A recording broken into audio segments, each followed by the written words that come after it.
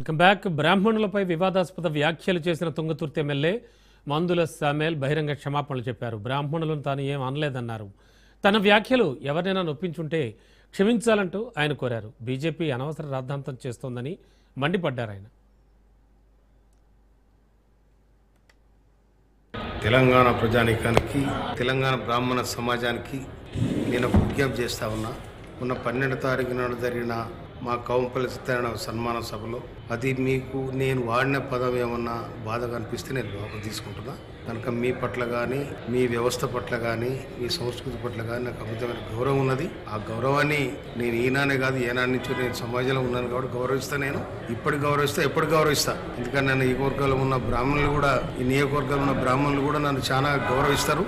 నేను వాళ్ళని గౌరవిస్తా. నా ఇంట వాళ్ళు నాకు వాళ్ళ దీవెన ఉంది. కానీ మన సమాజానికి ఒకవేళ మీరేమైనా బాధపడితే నేను చాలా విచారణ వ్యక్తం చేస్తున్నా, వాపసు తీసుకుంటున్నా నేను. కనుక మీ అందరూ కూడా విజ్ఞప్తి చేస్తున్నా నేను. అదే క్రమంలో దీన్ని అడ్డం పెట్టుకొని బీజేపీ వాళ్ళు మీ మధ్యలో మా మధ్యలో గ్యాప్ పెంచడానికి ప్రయత్నం చేస్తా ఉన్నారు.